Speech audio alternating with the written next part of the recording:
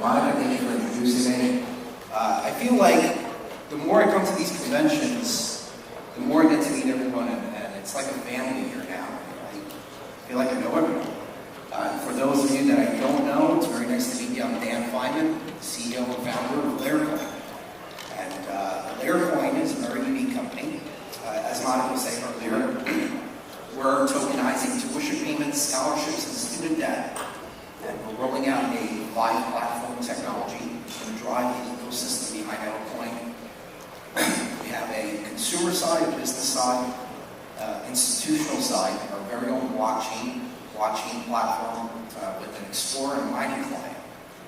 Now, our institutional side is designed to replace the traditional Blackboard, Canvas, D2L-like system that universities currently spend millions of dollars a year on a recurring basis to license. There's a lot of insufficiencies in the higher education industry, student debt being an epidemic is one of the biggest ones. So almost a $2 trillion budget down, bubble, down. So we've engineered a technology to shrink that bubble by incentivizing universities to discount tuition costs and to adopt technology that, in essence, has no licensing fees. So, with our technology, we launched the prototype in March on our consumer side platform. Since March, we gained over 35,000 users enrolled in over 150 countries. We're growing by the day. We got seeded 2.5 months ago at $1 million valuation. We're a six-month-old company. We're in a Series A round right now.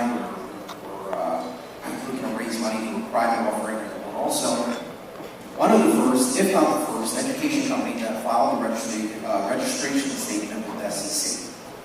So we are in an STO, we're in a pre-sale right now. The idea is to fund us secure the Series A round of funding. We'll be closing off our pre-sale and lowering our bonus. We're very excited about what we're doing. I mean, we're solving a major issue, a major problem in the education sector. Student debt epidemic, there's a major use case for visa and immigration services. We're streamlining that process in our application, that I3 application process. Our institutional side platform is designed for educational providers, governments, and lenders, and enables them to communicate directly with institutions and students. So students have the ability to manage their finances, manage their education, in an environment that's decentralized. It's a very exciting venture. We also have a $10 airdrop. As soon as you sign up to Larecoin.com, you get $10 an hour coin. Larecoin.com is really a consumer and business side platform, so we're giving everyone access to a smart wallet system.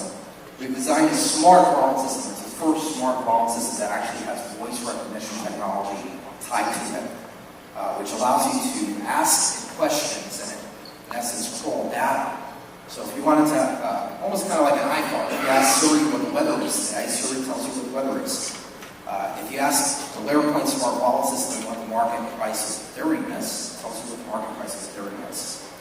It also allows you to execute trades from an accessibility standpoint. So if you wanted to trade your Ethereum for Bitcoin or vice versa, whatever trade you wanted to execute, you can actually speak to your wallet, ask it to execute that trade, and then it will walk you through the security features, two-factor authorization to confirm that transaction manually. So there's a lot of cool things that we're bringing to market. Sometime next month, we'll be rolling out our institutional MVP, and then we're putting out an update to our consumer and business side platform end of this month. May be delayed by a week or so, so let's say early next month. It's just very exciting, very, very exciting. I spoke to a lot of great companies and people here today. I'd like to speak more. If anyone has any questions, please feel free to come up to me and ask them. We do have a booth in the exhibit. We'll also be at TokenFest in September as a platinum sponsor there. That will be our fourth convention as a high-level sponsor. We're ready to rock it out. We're here to stay. We have a very unique project. It's a big undertaking. We're a very strong team. Our CTO, Cash Merrill, was the former CTO of Zinch.com, which was acquired by Chegg in 2013 for $50 million.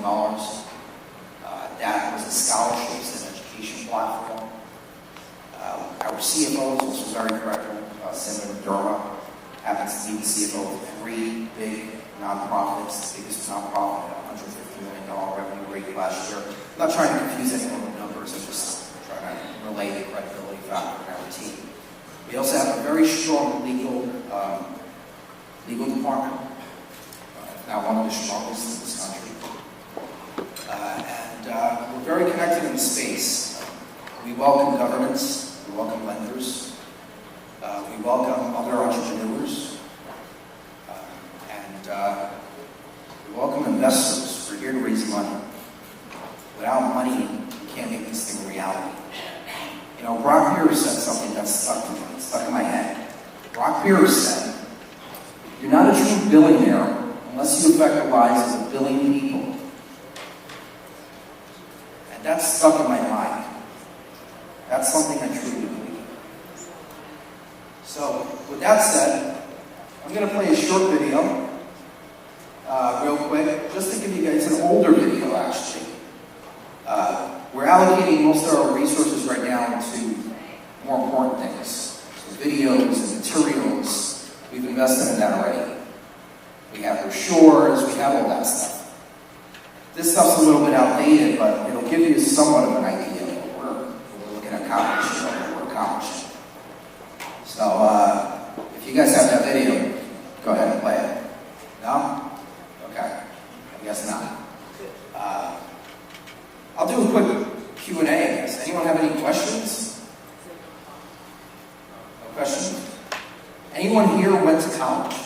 Show of hands. Anyone raise your hands if you went to college? Oh man, much smarter room. I thought I was. I didn't go to college. I went to college dropout, actually. I was the youngest one to go to college at my age. I'm actually happy I didn't go to college because I'm sitting at $100,000 in student debt right now. How many of you guys have student debt? One person, 2, 3, 4? Keep your hands up. Okay. All right. Very interesting. How many of you have children or grandchildren? Raise your hand. I want to see. I have a kid. Who has a kid? It's about 10 people in the room that have maybe 20. Okay. All right. I have a kid. I have a little boy. He's 3 years old. He's growing fast. I'm already thinking about his education. I'm thinking about how I'm going to be able to afford to pay for his education. That's a headache on my shoulders as his father. It's a big problem in this country. It's a major problem in this country right now. Just like it's a major problem with people throwing recycled waste into the ocean. There's hundreds of tons of plastic in the Pacific Ocean. Now there's technology and other companies coming up with solutions to take that waste out of the ocean. They're shrinking that bubble. We're doing the same thing with student debt.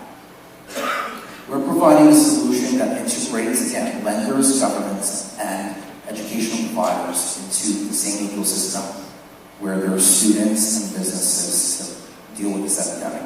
I appreciate everyone's time. Anyone who has any questions can see me out in the exhibit. All the best. Thank you.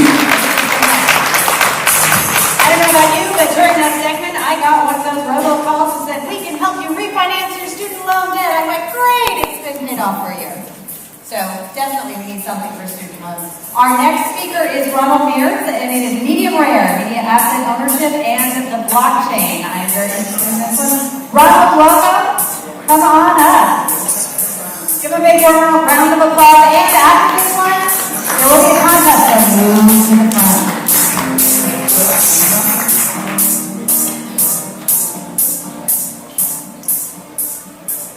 Hello, my name is Ronald Mears. Today's discussion is entitled Medium Rare. If we could bring up the slides.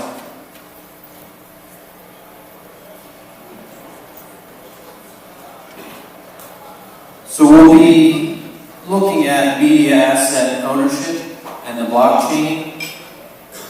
Next slide. Just as a brief introduction, I sometimes go by professor. I've taught at universities like Temple, Drexel, and the City University of New York. And I attended Columbia University and wrote my dissertation there on the use of pop culture for teaching and learning, specifically looking at media technologies and the intersection of media and technology and pop culture. Next slide, please.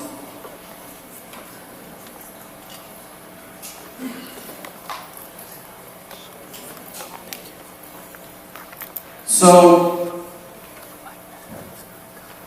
we're here today because a lot of us are interested in the cryptocurrency space.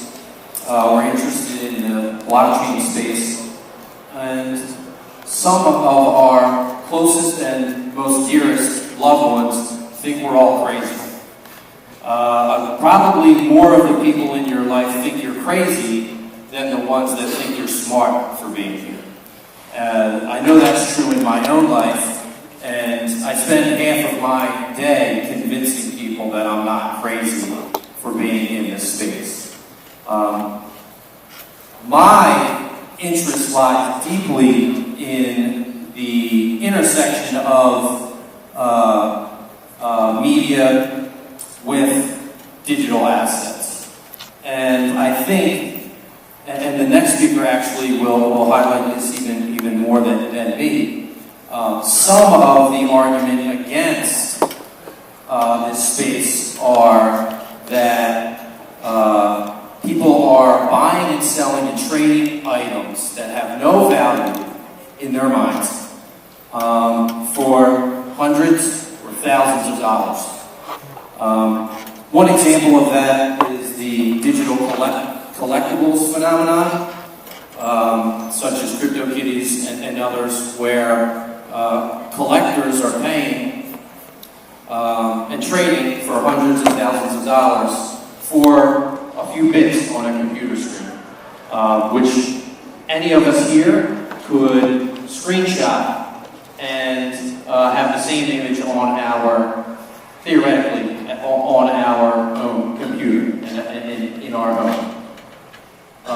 So that's one reason why people in this space, in the digital, your friends and family might think you're crazy for believing in crypto and these tradable digital collectibles, because you really can screenshot. They also might think you're crazy because you believe in the digital assets like cryptocurrencies themselves, that these things have value. They may argue these are merely coupons. These are not actual shares of a company. And if that company implodes or never comes to market, then in fact those coupons that you are investing much of your money and also a lot of your time in are valueless. So that there are arguments against the space that I involve myself so heavily in. But I have not yet known an argument against copyright, holders of copyrights as, for example, an asset. So what I'm here really to talk about is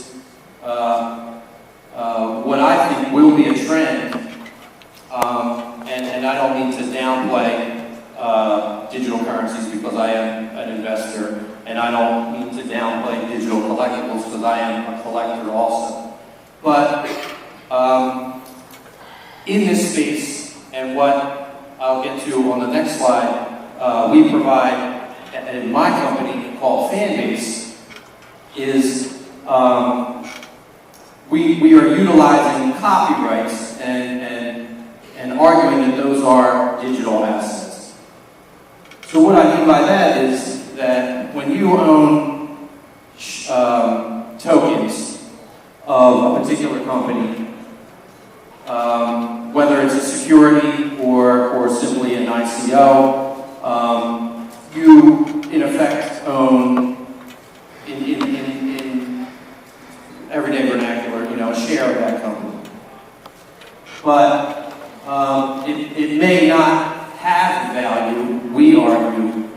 share of an actual copyright has, which is connected to government bodies. So, can we go to the next slide? So I'm just going to conclude today talking a little bit about Fainman, which is the company that I'm the CEO of, and we are launching a security token offering in the next 3 weeks on September 22nd. Fainman is a platform for crowdfunding media production projects, such as film, music, television, for independent content creators and others, not just independents. And what users on our platform are able to invest in is they are able to purchase the future copyright of up to 50% of a creative project like a film. So the financiers are able to go to our website, see, and I'll just use this as an example, see Kanye has posted his next album, and they are able to purchase, because Kanye is pre-selling 50% of his future copyright of his album. So, in terms of the talk I'm giving here today, we see value in the actual holding of our finances on our website, an actual share of a future copyright, a legal, legitimate share of a future copyright. And in the long term, we see this as maybe a new asset class of tradable items. So digital media, like a currency.